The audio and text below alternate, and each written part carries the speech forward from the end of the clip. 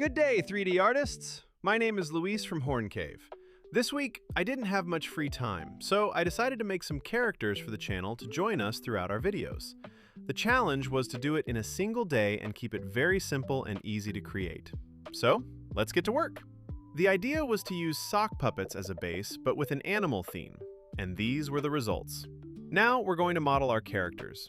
It doesn't matter which software you use, but as you know, we're currently migrating from 3ds Max to Blender, so we'll be using Blender for this. We've been documenting this process for 5 months now, so this exercise will be very straightforward if you've seen the previous videos. Links in the description. Not so fast, neighbor! I've seen your registration records, and it looks like it's been a long time since you hit that like button. And while you're at it, I need you to subscribe to this channel. I hope to see you around here soon. Please continue with the video, and thanks for your cooperation. If you take a look, I created the body starting from a box. Nothing out of the ordinary. I just used extrude tools and created edge loops to refine the outline and the character's details.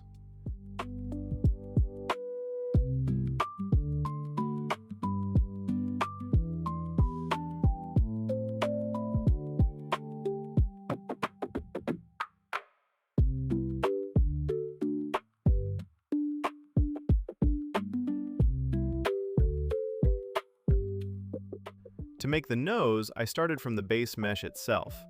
I just selected a section and duplicated it into a separate object to make it easier to work with. I extruded its faces to generate volume and tweaked some edges and vertices until I achieved the shape I wanted.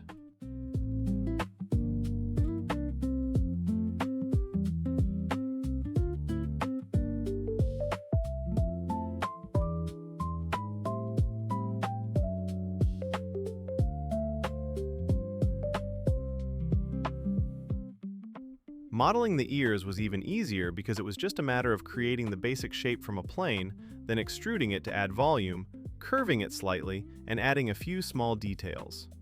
Remember, we are looking for shapes that look the part but are simple to model.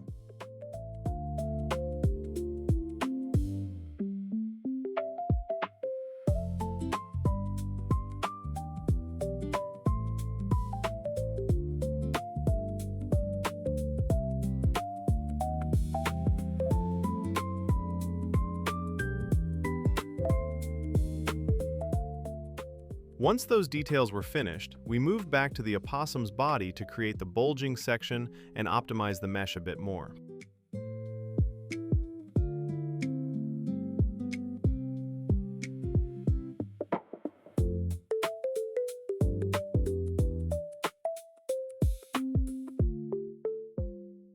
At this point, all that was left was to model the eyes and the lower eyelids.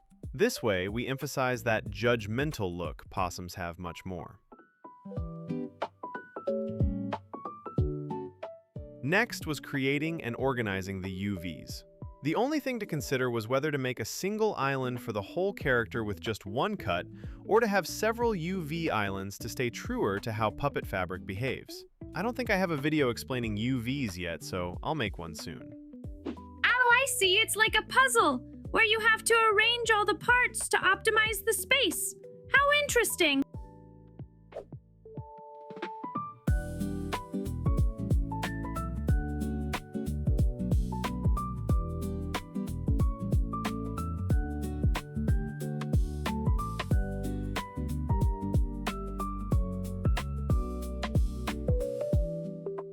Finally, the bones, and we're done.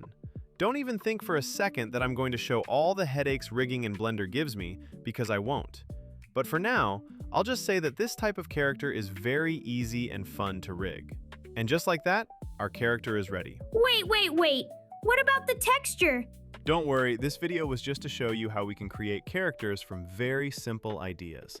In the next video, we'll study UVs and how to create textures for our characters. And that's all for today. I hope you enjoyed it. If you have any questions, feel free to leave a comment. And remember, we have a goal of reaching 1,000 subscribers, and with your help, we can achieve it. Have a wonderful week. Bye.